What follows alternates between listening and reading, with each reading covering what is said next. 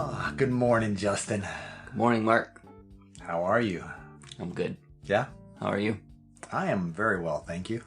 It's good to be here. And just on a side note, I guess, I just want you to know I appreciate what you do for the podcast. Yeah, and just for what you bring. I actually was doing some mudding last night, and I was listening to a couple back podcasts. Oh, yeah? Yeah, it was Which just one? I listened to Worship, Cool. and the other one is I'm drawing a blank after.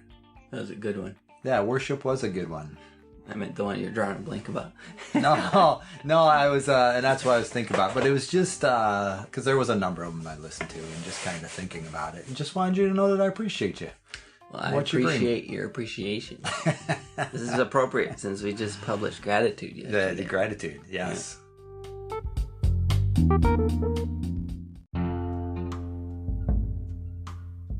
Welcome to How I See It with me, Mark Pratt, and Justin Sternberg. This is a podcast that works to counter cultural polarization through thoughtful conversations. And yeah, we're experimenting. I added, I guess, with Spotify. If you use Spotify to listen to your podcast, you can put Q&A questions out there for your audience. So I experimented with that for the gratitude one. So even if you've listened to the gratitude one, I know it's been some weeks since that one's been out by the time this one will be out, but feel free to go back there and answer the Q&As, and that'd be kind of fun to... Yeah, we just asked about gratitude and stuff. So, Mark, you already did your Q&A. Thank you. Hey, no problem at all. I'm grateful for you as well, Mark. Well... Bringing your voice of reason to my, whatever you call this voice. There was one thing I did listen is how often I do say my key phrases. I'm gonna work on that. Granted, that was what are they, Mark? What key phrases? I have a number. Yeah. But yeah, it's fair. Like I say. I hear you. I like the fact, especially with I hear you. We described pretty early on what that means to you, and I think it feels like it fits in a lot of the times you use it, because I pay attention now, and I'm like, you're saying you hear me, but you have some more thoughts about it. You know what I mean? I do. I think, yeah. I don't know. It's a good signal. But it's not, as I was listening even last night, it's not always that I don't agree with you either. So like I say, that's not necessarily a cue to say that I hear you say that phrase, that I am in disagreement with you. Yeah. And I'm just hearing you. So yeah, it's a little more complex than that. Yeah. That's fair. So what are we going to talk about today, Mark? Oh, this is going to be a tough one.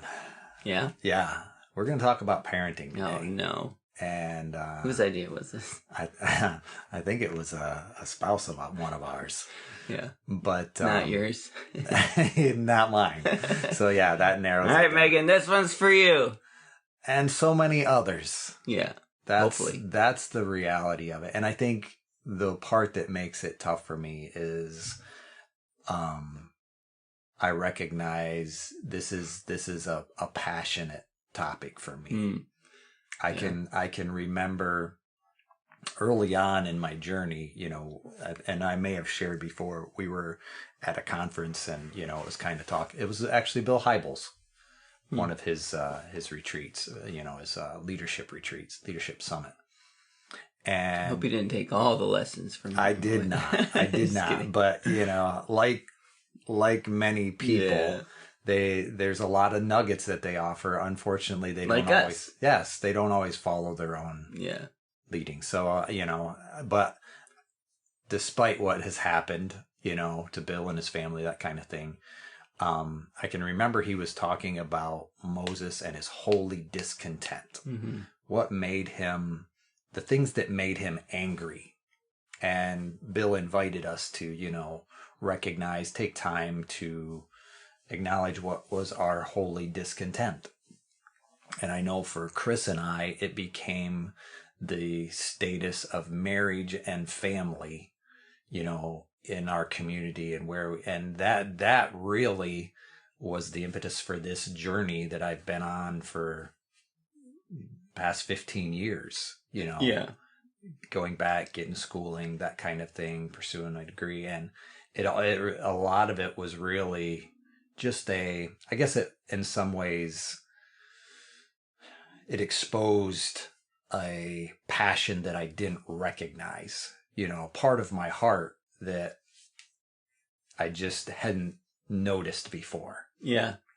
And so, yeah, this, the topic of parenting is very near and dear to me. And, I won't say always, but routinely, I'm willing to help, anyone in that area who is struggling. Not that I have all the answers by any means, but I believe, parenting is so much about, the supports we have and the people who are on the journey with us or come alongside of us in that process of, raising our children and just adjusting to life cycle stages as they come. So, yeah. Well, what's interesting too is, you mentioned I'm willing to help any who, are needed or whatever. I think that's a big part about parenting that is potentially problematic, is we're so unwilling to get help. But I do think there's some culture to that. Basically, it's like if you have to ask for help with parenting, you're not a good parent. But that's ridiculous, right? Yeah, because that's probably the most important thing I'm asked to do on this planet, and I'm supposed to do it on my own. That seems a little ridiculous. And on top of it, there the joke is there are no manuals, right? Sure. But the fact is there are a lot of really good books. There are a lot of good, resources, exactly. Sure. And there is opportunity to be better. Oh, sure. If you are willing to look. Yeah. That's good. And, the fact is parenting is a very polarizing topic for a lot of, I shouldn't say parenting itself is a polarizing topic. The style of parenting is polarizing.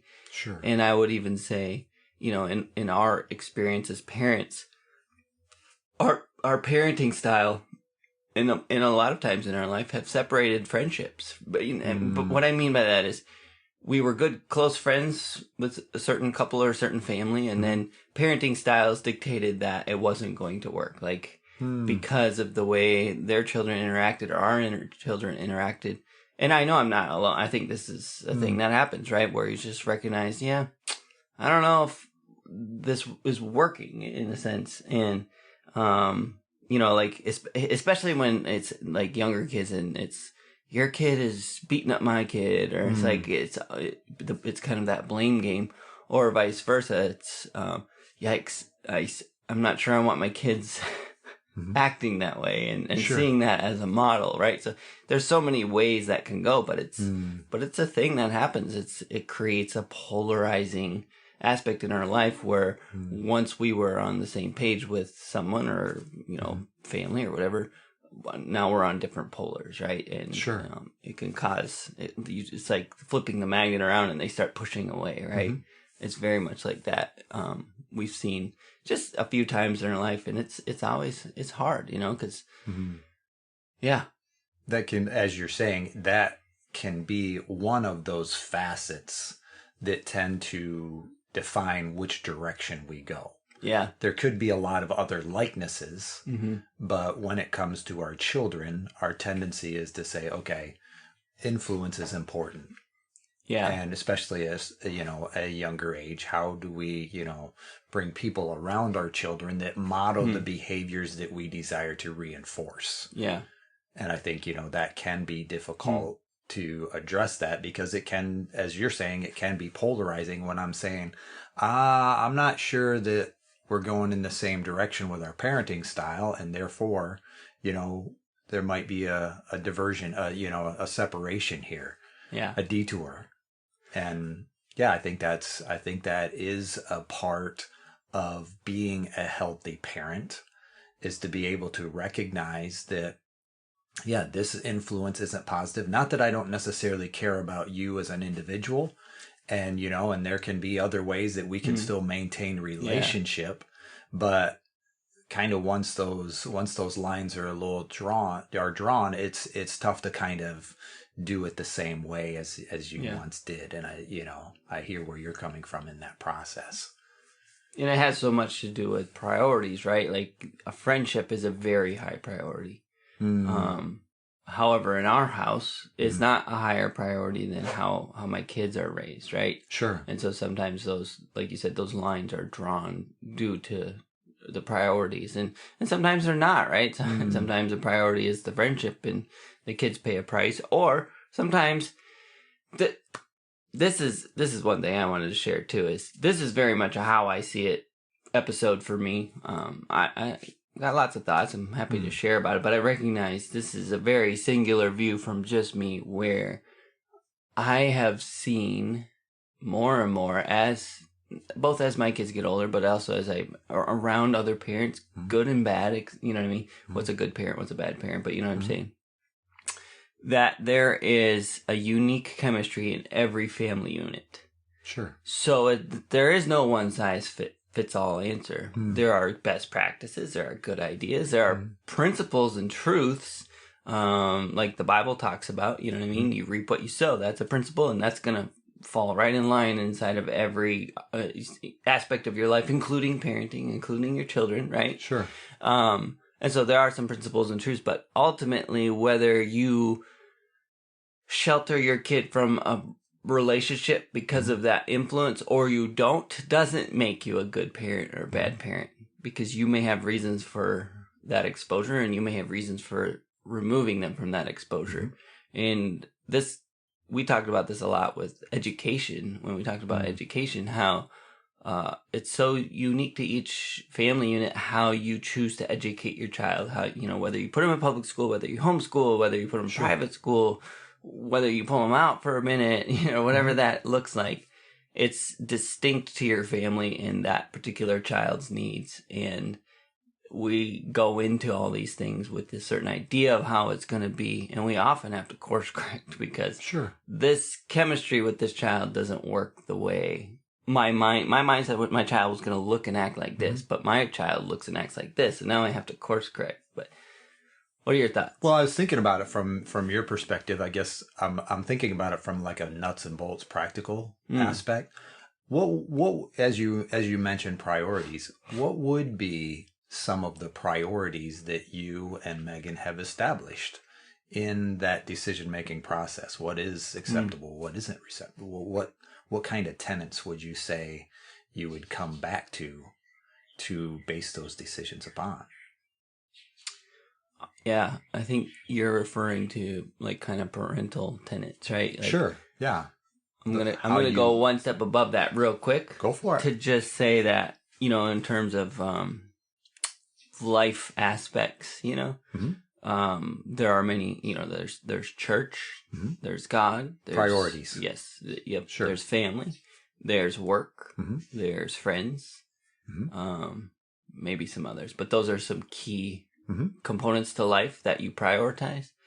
And I grew up in an atmosphere where church, or maybe church and God were tied. I hear you.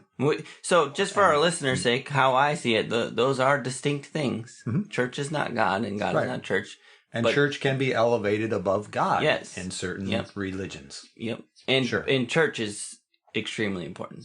Don't hear me saying that. I'm just saying it is not God. So I grew up in an atmosphere where church and God were kind of tied as number one. Okay. And then below that was maybe work. And then you get to family somewhere down there as they'll understand and we're supporting them through work and God is number one or whatever. And as I've got, Megan and I have grown and gotten, whatever, we recognize the importance, especially as we've seen families fall apart due to mixed up, priorities. We've shifted family to be number two. Okay. And we try and keep it there. So in other words, God is number one always. Okay. So if he says X, we're going to do X. And it might not be when we look at how this will benefit or hurt our kids, we might go, this might not be the best thing for our kids, but because it's what God wants, we're going to do it. So that he's number one, but we try and keep family number two, because that is your support unit, you know. And raising these kids are the most important priority and responsibility that I have. That's how I see it. You know, more, it's a bigger responsibility than a flock of sheep I may be over. You know, if you thinking of like a pastor, or, you know, I was over Celebrate Recovery for a while, so that was a pretty high priority in my life, but recognizing that my family had to come first. Now, it didn't always, and it would slip spots often, but that was always my goal, is to keep it at number two. Sorry, that was a long thing, but basically saying family is so important to us. And that doesn't mean we do it perfect. It just means it is a high priority. And then in terms of like parenting tenets and priorities, I think our kids being obedient is a pretty high priority in terms of tenets in our life. And that doesn't mean, it doesn't mean we, you know, give them the switch if they don't do something right or whatever. It doesn't mean they don't have a soul, right? Like we discipline it out of them, right? Like, it just means when push comes to shove and it's time to obey, you obey, and we're not going to argue about it. Now, of course, it's not perfect, and there is arguing, and whatever. But I'm just saying, like that was a pretty higher priority for me early on, from the outset. So when our kids were babies and starting to become toddlers, for me, accountability has always been very high on the list of priorities. So once I could see a kid could disobey and give you that look that says he, I said, okay, I know you know that's wrong, therefore I can hold you to that. Sure. You know, where I don't see that a lot actually in almost any parents, and that's okay. Again, this is very much how I see it, but I'm like, okay, now I know you know, so the next time I'll be very clear with them. Bad, good, you know, and then if they do it again, say, well, you did the bad thing and you know it's bad, you know, and they would get their consequence, whatever that was. But, so discipline, I think, is probably a big thing. And so when it comes to like influence with other kids, like when they were younger, if the kids were super undisciplined and like just disobey, you know what I mean? That would be hard for me to be with that family unit, because it was like, I don't want my kids A, to do this, but also B, I would tell my kids to stop and they would, but that wouldn't happen on the other side. And so then it was like kind of they're being abused through obedience. Does that make sense? Because they can no longer hit that person with the stick, right? No, I hear you. Does that make sense? Yeah. So that's one, I would say, discipline / obedience. Sure. I don't know. I think another one that Megan has really worked on me about, because my tendency, we were started chatting about this a little bit early on, but is criticism. Now, I'm not saying that's a value. I'm saying that's a struggle. So criticism of my kids, and I gotta say, I come by it honestly. Sure. And so I when you say I come by it honestly, what do you mean? I received plenty of criticism, just like, that was good, but this is better, and you know, that kind of thing. That was a compliment, right? So, and then, just a lot of like kind of nitpicking stuff, and I do it, and I get why it was done. It's like, you could be this much better if you just did this little thing, you know, and not really knowing where to toe the line on that, you know. Sure. So Megan has worked with me just for 15 years, right? Because Mia's 15, so.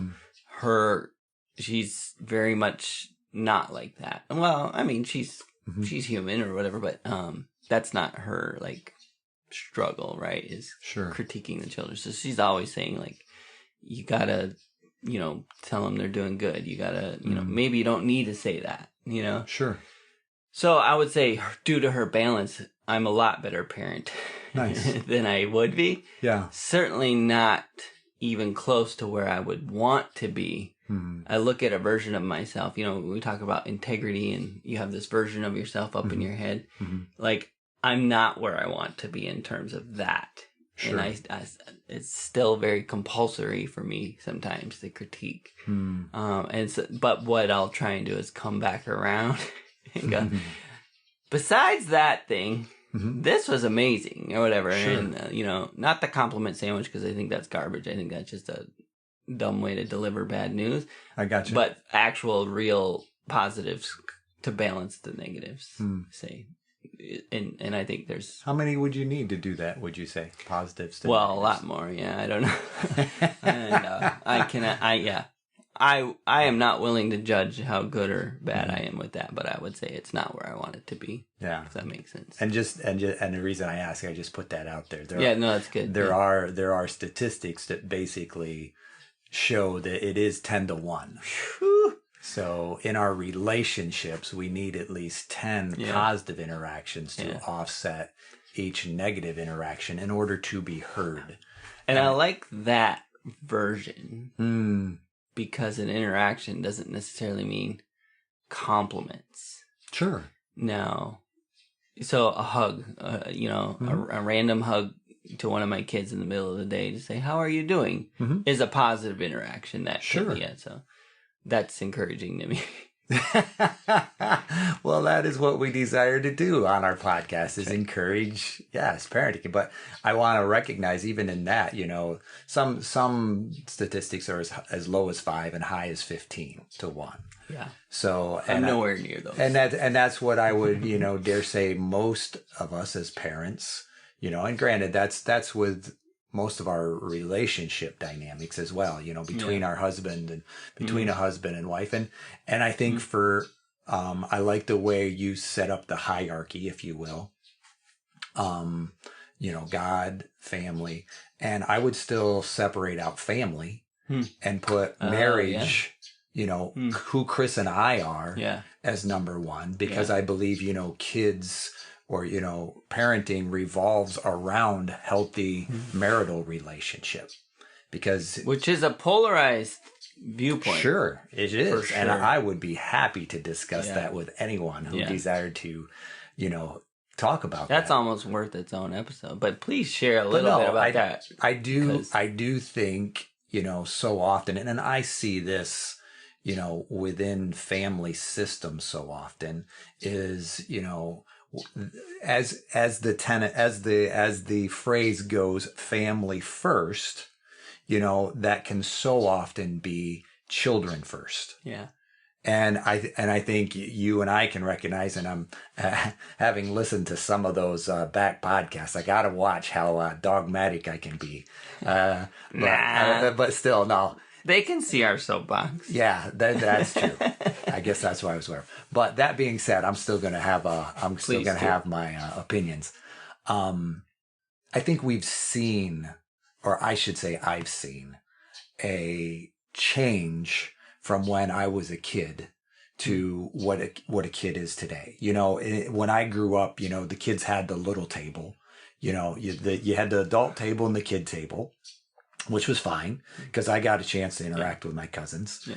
And, and my grandparents, if they weren't serving or whatever, adults got to go through the line first. Yeah. That kind of thing. And I'll say. The kids did the dishes.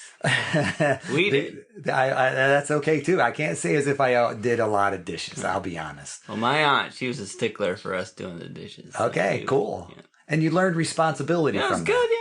Yeah, and I would think, as I've seen, I'm not complaining, by the way. I miss that, or I shouldn't say miss it. Well, and I think there was a part of that communicated healthy leadership, hierarchy, if you will. And, and I realize that word can be, changed with some polarizing. That can be polarizing, especially when we, the whole patriarchy type dynamic that we wrestle with as a culture. But at the same time, that's just a shift that I've seen. And when I see that, it challenges me to be able to say, okay, I believe healthy kids, healthy parenting revolves around healthy marital relationship.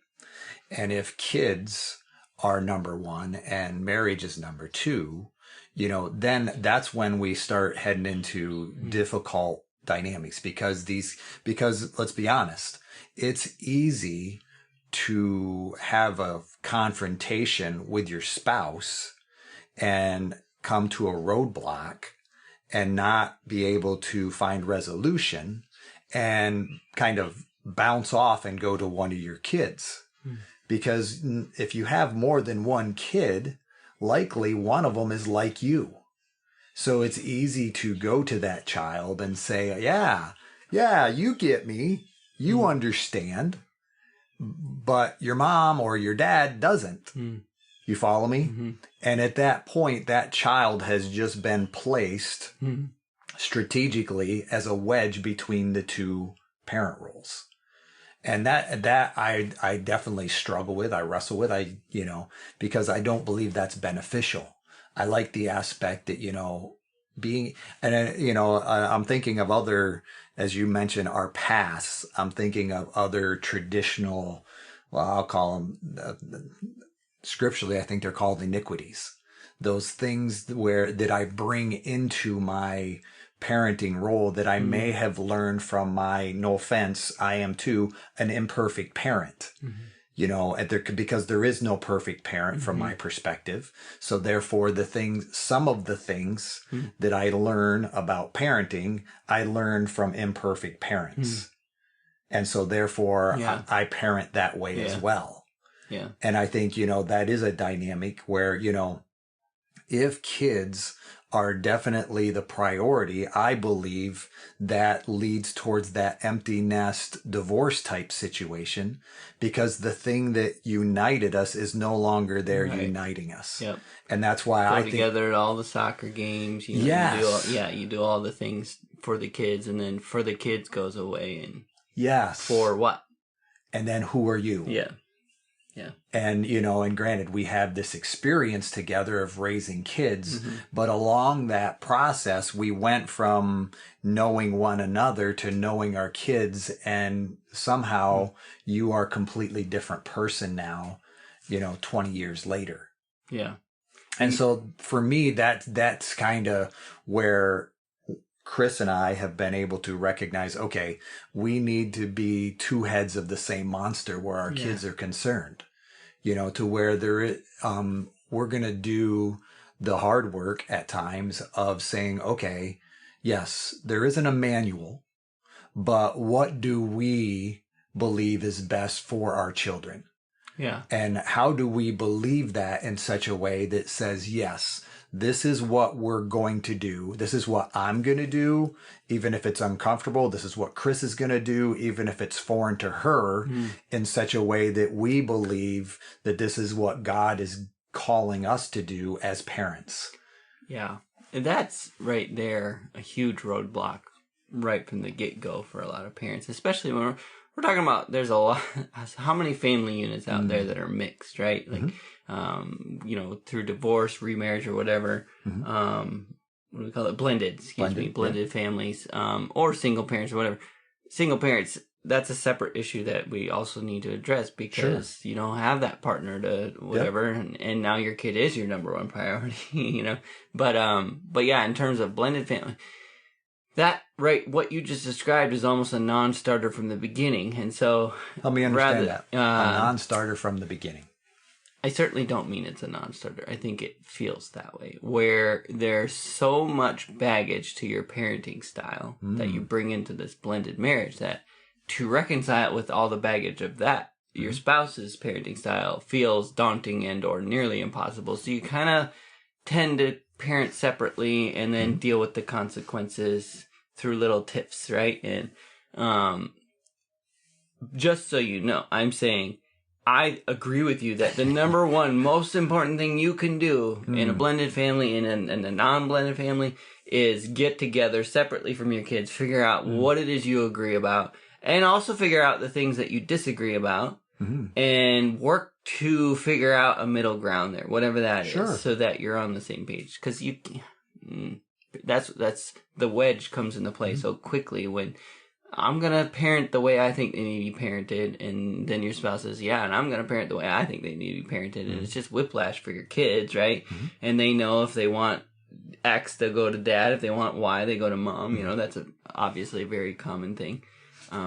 Yeah. But yeah, so I'm totally with you. I'm just saying it is, I think in some cases feels impossible. And I don't think that's true. I think it doesn't matter how impossible it is. It should be your number one mandate if you want your kids to have the healthy parenting that they need. Sure. I equate it very similar to like our solar system. In other words, the Earth rotates around the sun. Yeah. Not vice versa. Yeah. I mean, granted, for years, you know. Yeah. We thought there was the understanding that it could be the other way around. We know that's not the case. Yeah. And from my perspective, you know, healthy kids, healthy families revolve around a healthy marital relationship, that kind of thing. Yeah. Because I don't think healthy kids make healthy relationship. I think healthy marriage relationship makes healthy kids. Yeah. Because we know that kids need that consistency, that boundary, and I will say, you know, and the stability. Yeah, that's exactly where I was going from. Because, you know, as I work with families and, you know, and individuals and even single families, you know, and I think that's another dynamic, single parent families, it's just a little harder, not sometimes much harder, to create that stability. You know, but I do believe those individuals who can kind of, corral the wagons to a certain degree and create this stability, you know, their kids are far better off, you know, than the instability that we can see maybe even in some, you know, marital relationships. So I like this word stability. Yeah. I like this word stability when it comes to tenants, right? Sure. You asked me. Because, I mean, I think what you're saying, and I think I'm just like really hearing it and agreeing and just saying, wow, yeah, that stability should be a very high priority. Higher than the style of parenting. Sure. Because we spend so much time fretting about the parenting style and then go off separately, you know, and parent the way we think they need to be parent, when really the more important value would be stability in the sense that they see that you're of one mind and all that. And even like you said, as a single parent, that you don't one day say, you can have all the treats because I feel very guilty about how life is, the life that I'm giving you. And the next day you're angry that they don't do what you want, or they're hyper, right? They're not listening to you. Right. They're not listening, etc. So then you crack down. And so there's that, roller coaster of emotions that happen. Again, this is an extremely difficult thing to do, especially as a single parent, but it is, I would say, if you can think about stability being one of the highest priorities in terms of what you can offer your child, because they're going to come in, they're going to leave eventually, and they need that stability as a place to nurture, you know, as a nurturing place. Stability is a growth. Yes. So that's where growth can occur. It's kind of that incubation period. And incubation is stunted if there's not that stability, because you're constantly readjusting and starting over. You think about like a cocoon for a moth, you know, if you were to like shake it every 2 minutes, like just really hard, I'm guessing that thing's going to either not make it out alive or maybe be stunted, right, in its growth. And I think it's very similar to that when we lack stability. And stability doesn't necessarily mean you never move houses or you don't move states. Sure. You know, there's a lot of good Coast Guard parents I've met over the years who were in a Coast Guard area, right, where their kids have a very stable environment, but not physically. They're moving every 2 years. Sure. But it's that emotional stability. Yeah. I'll hand it back to you. No, and that's fine. And I think that becomes a part of the, you know, the single parent family. And I agree in the context of the blended family where you're sharing, you know, the difficulties. And I feel for blended families. And what I recognize is it, you know, in a typical family, you know, typical 2-parent family, you know, it's relationship, then children. So when I come into a blended family, I already have children. Yeah. And in that case, there's likely been a period where alliances are built, to where that child has become a support for me as a parent and vice versa. So it's become stability to the parent because the parents, sometimes even unhealthy propping, if you will, to where I use that child for my emotional support. I mean, I would argue that it's not devastatingly unhealthy, but I would argue it's always unhealthy when your kid becomes the only source of stability. You know what I mean? Like that's why I use the word propping. Yeah. If I am putting my weight on my child to keep me up, that is unhealthy. Yeah. I need to have other people, other adults around me that are part of that emotional support system for me. It's good. And that's where, and I think that's when we talked about it originally, and having, wedges between parents. I think that's the difficulty. I'm already bringing more wedges into my, blended family than I might want to recognize at times. And I think that's when, being able to have the difficult conversations. Doing the work. Yes. Of being able to say, okay, and being able to recognize here again, I'm using some other materials, but personal vows, I believe come into that dynamic, that aspect where I have gone through a hurt or I have experienced hurt. And in that moment, I have made a vow to myself that says, I will never do that again. No one will ever hurt me like that again. I will never be poor. I will never, and we make that. And I believe scripturally speaking, that's why God says, don't make promises. Because, let your yes be yes and your no be no, because those promises we make, I believe they do tend to isolate God from that area. In other words, when we make that personal vow, it becomes a high priority. My kids will never wear Walmart shoes. Yes. Like that's another common one. To where it's a personal vow because I've experienced some hurt or someone close to me has, and therefore it makes that area off limits. And in that area, I tend to be a little bit reactive. When that area is discussed, and flashpoint kind of thing. Exactly. And I think, we have to be able to have healthy influences that help us recognize that, or else there again, we're just passing that on to our children. And then our children have... Well, now it's a pendulum swinging, right?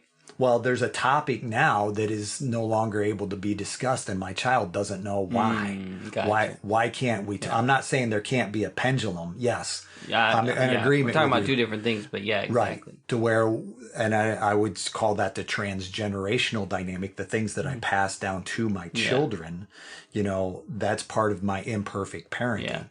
And yes, once I experience that hurt, I do tend to swing the pendulum in the other area. When I grow up, my kids aren't going to have to because I did. I had to do this. So now my kids won't have to. Well, yes, your parents may have been a little more authoritarian, but raising your kids in a laissez-faire type dynamic that has no, boundaries or expectations, isn't necessarily beneficial for them either. And I like that word you used, that area of growth, and because I believe that stability offers not only our children the opportunity for growth, but it demonstrates the ability that they have to create stability for themselves going forward. As they go off to school, as they go off to college, as they develop their own relationships, that ability to create stability or, those routines and structures that they know are healthy for them.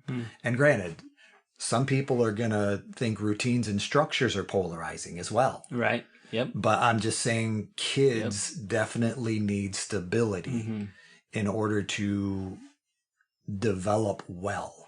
From my perspective. Yeah, they need a nest. Exactly. That's protected from the wind. Well, it's interesting they can grow their wings.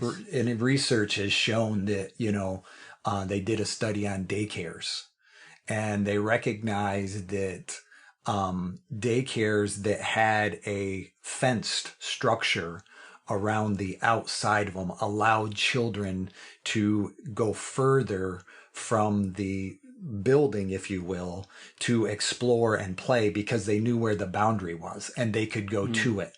Children who went to a daycare to where there was no structure around, they tended to stay closer because they didn't necessarily want to cross the boundary, but they didn't know where it was. So when you think about that within a family systems type dynamic, we need to be able to be creating those consistent boundaries to where our kids know. Yeah. And I think that's helpful from, as you were saying, from a very young age. Mm-hmm. Because what happens so often is if that boundary isn't in place, we can typically end up coming into adolescence where it's a healthy dynamic, healthy growth, healthy individuality for our children to start learning what is healthy individuality. Right. And now, if there hasn't been a boundary that's been kind of established over time, that becomes very difficult. Yeah, they might start heading off west, or east, just pick a direction, and there's no boundary there, so they just keep going, Yeah. Yeah, that's good. And it becomes difficult. And so often, especially around that, it can even become legal as from my experience, from that 16, 17, 18, because a parent no longer has legal authority over, children that age. There's always opportunity for course correction and parenting, but there's certainly a Rubicon, right? That river where once you cross it, you can't go back. Gotcha. And so I think it isn't important as your children are young to set those boundaries and set those expectations because, like you said, at some point, 16, 17, 18, legally you might cross that Rubicon in the sense that you don't have any legal right necessarily to make them legal authority, although hopefully still authority, but or depending on how they grew up, 16 they can just say, I don't consider you my authority, and it doesn't matter. And I think that's a good point, and it was kind of what I wanted to come back around to. I think you can do a fabulous job parenting and having boundaries and still have kids who go off and test that boundary, and that is not a reflection upon you at that point. Yeah. And that's another sorry, I didn't mean to interrupt. We should definitely talk about this. Yeah. That's what I think you're right. And I think there can be a tremendous amount of guilt that goes along with that says, well, and I'm unfortunately, I would say probably other parents even play, well, you should have done this, you should have done that. It's like, no, there are going to be some kids who are just strong-willed in that mindset. And, their tendency is to have to learn by their own personal experience. And that's not necessarily justifying that from 3 years old. Right. That's that child, I don't think we can abdicate that and say, no, well, he's just strong-willed and he's going to do what he wants to do at 3 years old, because I don't necessarily, but I will say, there are aspects where personality, comes into play and I recognize there are some kids who have to touch the stove for themselves. Because they, and I'm not saying that there's actually anything wrong with that, because I believe they can be strong leaders and, and challenge, the status quo in ways that can create health. Yeah. But at the same time, I also recognize there's also an equal opportunity to go in a direction that, creates habits and hurts and hangups and all that stuff that can kind of lead to unhealthy, choices. And the struggle as a parent, when your kid goes off the wrong direction is, the guilt. The guilt is the number one, I think, struggle, and guilt, let's say shame, right? 'Cause sure. That's distinction, right? So shame basically says you did it wrong. You're still doing it wrong. You got to fix this. And so due to that, that's where a lot of enabling comes in. That's where a lot of codependence comes in, kids with addiction, stuff like that, where the parents, basically are dealing with shame and through their shame are acting. And unfortunately, shame is almost never productive. It tends to cause us to swing the pendulum too far in many directions. And, and so that's a very difficult thing, and that kind of gets outside of the normal parenting. I mean, once addiction's in the picture, that's a whole different realm of conversation. But I think there is an important part as a parent to be supportive but not enabling. And that's true with addiction or not. And that's true with an independent personality, to be able to support them, but also not enable them to, like you said, when they go off in that independent streak and do try some things that are wrong, to not feel guilty, or ashamed or whatever, but instead say, look, this is wrong and it's going to hurt you and I don't support this. But when you're willing to come back inside the gate, I will be here and I love you. You know what I mean? Versus, I don't know, chasing them down, which sometimes I think feels counterintuitive, right? Like as a parent, you think that I have to protect them from all harm. Well, there's a certain point, there's that age of accountability, there's that transition where it switches. And now you chasing them down is problematic. Where before, you not chasing them down was problematic. And how do you teach a parent where that line is? I don't know. And I think it's a difficult line at times. And I think, part of that, and I think part of the teaching is the ability to recognize what is better for them, which versus what feels better to me. Yeah. And that's not to say that I don't feel for people in that circumstance, but I think so often the chasing down feels better for me because I'm able to sleep at night knowing they're safe in my house. Whereas if they're outside someplace else experiencing some of the consequences, I may get a difficult phone call, and I can respect the fact that that doesn't allow me to sleep at night. But I think there is a line there. And granted, I think if I'm kind of want to bring it back to the nuts and bolts, if you will, of what is healthy parenting, I think there are also tremendous advantages to having other like-minded people around myself or Chris and I and our kids, because there will be a day when there will come an era, a cycle, if you will, where your children, my children are less likely to listen to me. That's reality. Yes. That's part of healthy development.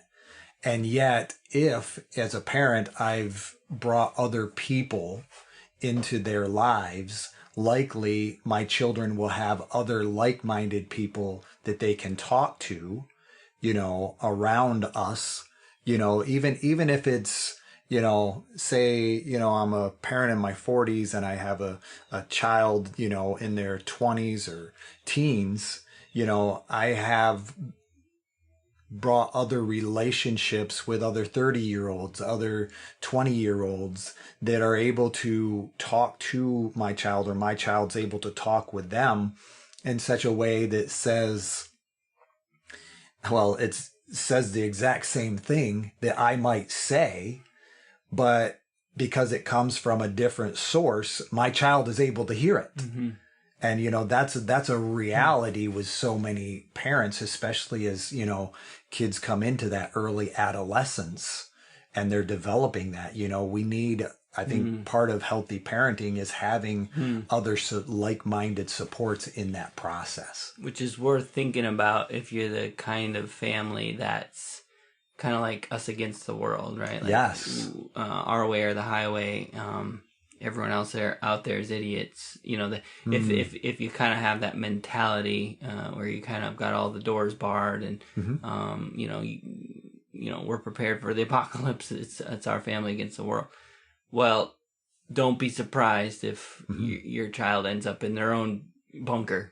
Against the world, and against you're part of it. Yeah, exactly. Yeah. Same thing. Yeah, because I think whereas if your world is open and you have a circle, That doesn't mean the whole world. I mean, that doesn't mean, obviously there's a balance there. And I think that comes back to healthy relationship. Yeah. Because we're modeling how to interact. It starts basically, like you were saying at the beginning, kind of, okay, finding people who share similar values, who we can do life with. And I think that demonstrates healthy relationship to our children. And if we're just kind of preparing for the apocalypse in our own bunker, our kids just learn how to create bunkers. Yeah. And not relationship. Yeah, that's good. And so so that becomes a part of it as well. And I think part of, as I'm thinking about it in the context of the time, and I want to recognize that each life cycle, and I use the word life cycle stage, I'm going to simplify that. As our children grow older, preschool, grade school, into, early adolescence, that kind of thing. I want to recognize we're going to have to adjust our parenting styles with each, because if I'm still trying to parent my 18-year-old the way I did when they were 2, that's not going to work. And if my parents, didn't learn to adjust, that's going to be very difficult. And, for me personally, it kind of comes, a word that I hear used a lot in family systems is respect. And so often our tendency can be as parents to think my child owes me respect because I'm over 24 years old. And somehow me becoming an adult, a child needs to respect me. And I don't think that's a given. I think respect is something that is earned, that is developed over time as a parent or parents are structured in routine and there's a consistent boundary. Because that boundary establishes, there's a reason.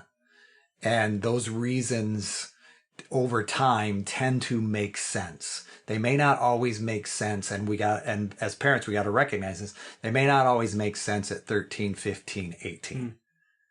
But yet, if we kind of hold to that, like you were saying, not chasing, not throwing away the boundary because our child is momentarily off the rails, shall we say, that's not to say that they aren't going to get to a point where they're going to come back and say, okay, I understand this better now. Yeah. And it was interesting for me because I'll make this really short. I just did an amend like last week for an attitude I had when I was 20. And, in that process, I was able to fully recognize that what I did made sense based on being 20 years old. But now I was looking back and I was saying, okay, that they made the right choice and my reaction to them was wrong. And I think, our 20-year-old, 24, 35, 60-year-old children still have that ability that I do to be able to say, okay, understanding my parents, where they were coming from, extending grace to them, that they were doing the best they could at that moment. That makes sense. That's good. That's one of the common things that I share with some people that I occasionally mentor in terms of parenting is don't parent for your 12-year-old or your 18-year parent for that 6-year-old coming back saying, you know what, Dad, you were right. Because if you can think about the long term. Yes. The long game, then the decisions you make right now should be based on that. I mean, that's the beginning with the end in mind. But sure. And I think, and while we're saying that, I believe it's also equally important as a parent to be able to acknowledge to my children when I mess up. Because I think that's another healthy dynamic to where if I get angry, if I slam the door and I'm modeling those behaviors that I say are inappropriate, then I have to come back and I have to apologize for that. I can't just say this aspect of do as I say, not as I do. And modeling is so important. And so therefore, even being able to model the fact that I just messed up, and now it's important for me to apologize for that. Yeah. Whether it's apologizing to your mom, whether it's apologizing to you, or other people outside of our family, I'm demonstrating what healthy relationships looks like. Because that's one of the most important things we should desire our kids to know how to do is course correct. Sure. Is to apologize, is to say, oops, I did a bad thing, I want to make it right. Sure. If we don't model that for them, they're not going to have the tools, Yeah. I'd love to wrap up if you don't mind with some encouragement to say that parenting is hard, but the bar to being a good parent is not that high. What it requires is a love for that child that's willing to do what the most loving thing is. Sure. And so sometimes that, like you said, sometimes we do things out of our own desire to appease our own shame and guilt, right? When that's not the best thing for the child. And if you can process that through what is the best thing for the child, because I care about this child so much as parents do, then you can make good decisions and be a good parent. And that doesn't mean perfect, because there's no such thing. So I really think the bar to being a good parent is pretty low. There's such a phrase out there as a good enough parent. Yeah, that's good. And I think, perfection is not on the table. Right. So being able to recognize that, yes, I'm not necessarily settling when I say good enough, but yet I'm creating consistent structures and I'm being, able to create boundaries and establish, acceptable behaviors. And that in itself is being a good enough parent. Yeah. And for me personally, I think it does come back to the fact, as a earthly father, I'm going to be imperfect, but every child has a heavenly father, from my perspective, who offers unconditional acceptance, who offers security, who offers purpose, who offers identity, who created that. Yeah, who created that child that we may not always understand, but yet we can still trust. And I think for me, that's a tremendous, because it helps me establish what I desire to be by modeling what I hear or what I see in our Heavenly Father at times. And knowing that we don't have to be that. That's correct. Yes. It's good. That would be my encouragement. I hope you're encouraged. That's how we see it. That's how we see it.